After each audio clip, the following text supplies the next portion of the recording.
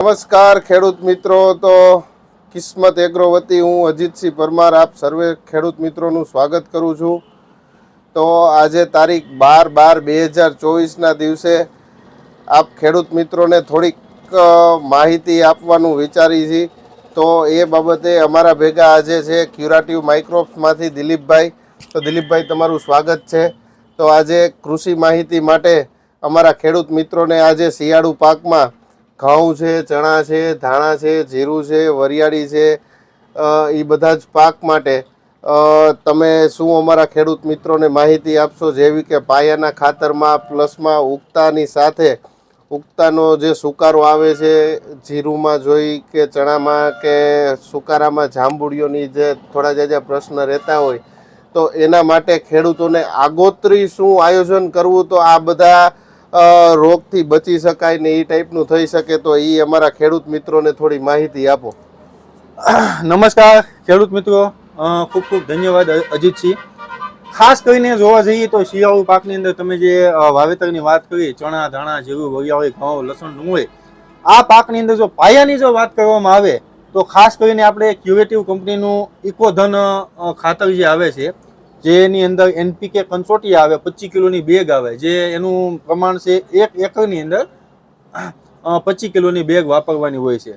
આ વાપરવાથી પહેલો તો જે જમીનનો પાયાની જે વાત કરો, પાયો મજબૂત થશે, સાથે સાથે જે વર્ષોથી રાસાયણિક ખાતરનો જે ઉપયોગ થતો આવે છે એની હિસાબે વધુ પડતા ઉપયોગની હિસાબે જે જમીન કડક થઈ ગઈ છે, તો જમીનને ફળદ્રુપ બનાવવાનું કામ કરશે। સાથે સાથે જેટલા પણ અલભ્ય સ્વરૂપમાં ખાતરો પડ્યા છે એને લભ્ય સ્વરૂપમાં લાવીને પાકને પહોંચાડવાનું કામ કરશે ઇકોધન, બરાબર।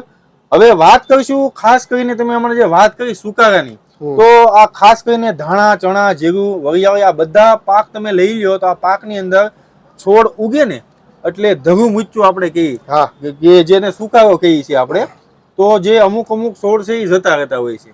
તો એનું મોટું કારણ છે ને એ છે કાળી ફૂગ અને સફેદ ફૂગ। કાળી ફૂગ અને સફેદ ફૂગ એક્ટિવ ત્યારે થાય, અત્યાર સુધી મહિનો 2 મહિના જે ચોમાસું પિયત ગયા પછી મહિનો દિવસ જે જમીન કોરી પડી હતી, બરાબર, તો એની હિસાબે એની જે જમીનની અંદર ઓલરેડી ફૂગ તો હતી જ તે, પણ સુષુપ્ત અવસ્થામાં વહી ગઈ હતી। હવે જેવું પાણી પેલું પિયત ખેડૂત આપે એટલે આ સુષુપ્ત અવસ્થામાં જે ફૂગ હતી ફરીથી એક્ટિવ થઈ જશે। હવે આ એક્ટિવ થશે ને એમાં તમે કોઈ પણ પાક વાવેલો હોય તો એ પાકના જે મૂળ છે એ મૂળની અંદર ડેમેજ કરવાનું કામ કરશે। એની અંદર જે કાંઈ નબળા છોડ હશે, નબળો છોડ હોય એમાં આ વધુ ઇફેક્ટ ધરાવતી હોય છે, વધારે નુકસાન કરતી હોય છે।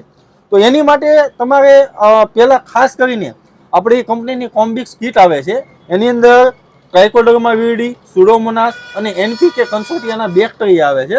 આનો જો ખેડૂત ઉપયોગ કરી નાખે, જ્યારે બીજું પિયત અથવા તો અહીંયા ત્રીજું પિયત જ્યારે પાય ત્યારે જો ઉપયોગ કરી નાખે તો જે ટ્રાઇકોડર્મા વિરિડી છે એ સફેદ ફૂગને ખાવાનું કામ કરશે, સુડોમોનાસ છે કાળી ફૂગને ખાવાનું કામ કરશે, અને NPK કંસોટિયાના જે બેક્ટેરિયા છે જેટલા પણ અલભ્ય સ્વરૂપમાં ખાતર પડ્યા છે ને લભ્ય સ્વરૂપમાં લાવીને છોડને પહોંચાડવાનું કામ કરશે। તો ખાસ કરીને આ કીટ હું વાપરવાની ભલામણ કરીશ। હવે વાત કરવાની છે, આમાંથી કોઈ પણ તમે પાક લઈ લો, એ પાકની અંદર એક મૂળ ગંડિકા હોય। આ મૂળ ગંડિકા છે, મૂળ ગંડિકાનું કામ છે પ્લાન્ટને ઊભું રાખવાનું, જે સીધો ટટાર પ્લાન્ટને ઊભું રાખે, અને એમાંથી જે તાંતણા જેવા પતલા જે મૂળ નીકળે છે એને તંતુ મૂળ કહેવામાં આવે છે આપણી ભાષામાં। એ તંતુ મૂળ છે એ ખોરાક લેવાનું કામ કરે। તો અત્યારે વર્ષોથી જે રાસાયણિક ખાતરો વધુ પડતા જે ખેડૂતો વાપરે છે એની હિસાબે જમીન કડક થઈ ગઈ છે, એટલે તંતુ મૂળનો જે વિકાસ થવો જોઈએ એ વિકાસ થતો નથી। તો તંતુ મૂળના વિકાસ માટે કોઈ રોલ ભજવે તો એ છે માઇક્રોરાઇઝા વામ, બરાબર। તો એ માઇક્રોરાઇઝા વામ છે એ ક્યુરેટિવ કંપનીનું જે આ માઇક્રા આવે છે, આ ક્યુરેટિવ કંપનીની ટેકનોલોજી છે। 100 ગ્રામના પેકેટની અંદર 48 લાખ માઇક્રોરાઇઝા વામ આપણને આપે છે।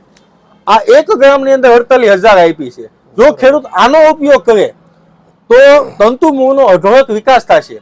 તંતુમૂળનો વિકાસ થશે તો જ વાનસ્પતિક વિકાસ થશે, વાનસ્પતિક વિકાસ થાય તો જ પ્રોડક્શન આવશે। જેટલો વધુ પડતો વાનસ્પતિક વિકાસ એટલી જ સૂર્યપ્રકાશની હાજરીમાં ચયાપચયની ક્રિયા ઝડપી થાય, બરાબર, અને વધુ ઉત્પાદનનું કામ કરે। તો વાનસ્પતિક વિકાસ માટે, ચયાપચયની ક્રિયા માટે મોટો રોલ ભજવે તંતુમૂળ। તો તંતુમૂળ વધારવા માટે ગુજરાતની નંબર 1 અગ્રણી કંપની ક્યુરેટિવ માઇક્રો કંપની છે. નંબર 1 માઇક્રોરાઇઝા હોય માર્કેટની અંદર તો એ છે ખેડૂત મિત્રો માઇક્રા. આ ટેકનોલોજી ક્યુરેટિવ કંપનીની છે. આ 100 ગ્રામનું પેકેટ તમારે 2 થી 2.5 વીઘાની અંદર થાય અને વધુ પડતો ખર્ચો પણ નથી. આને તમે ડ્રીપમાં પીવડાવી શકો, પાણીની ટાંકી મૂકીને પીવડાવી શકો અને કોઈ પણ ખાતર સાથે મિક્સ કરીને પણ તમે આપી શકો. તો આ અવશ્ય તમે જો વાપરેલું હશે તો તમારો મોટો ફાયદો થશે.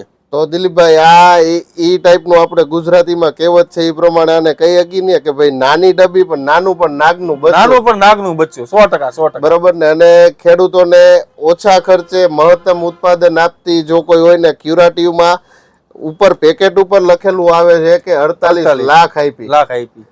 બરોબર છે. એવું લગભગ આપણે અધર કંપનીની તો કોઈ ચર્ચા ન કરાય પણ મેં મારા ખેડૂતો પાસેથી પણ રિઝલ્ટ લીધેલા છે અને તમે પણ અમારા સાથે ફિલ્ડમાં આવીને અને આ માઇક્રાના રિઝલ્ટ તમે પણ જોયેલા જ છે. એટલે ખેડૂત મિત્રોને ખાસ ભલામણ છે કે અત્યારે તમારો પાક હવે વાવતા હોય નવો તો પણ ભલે અને વાવેલો હોય તો કોઈ પણ આપણે ખાતર દેતા હોય તો એની સાથે મિક્સ કરીને કે સાહેબે કીધું એવી રીતે ડ્રીપમાં કે ઓગાળીને કે કોઈ પણ રીતે આપવાથી ઘણો ખરો મહત્તમ ઉત્પાદનમાં ફેર પડશે અને તમારો પાક તંદુરસ્ત અને મજબૂત બનશે. લીલું હેમો જેવું ખેતર થઈ જાય.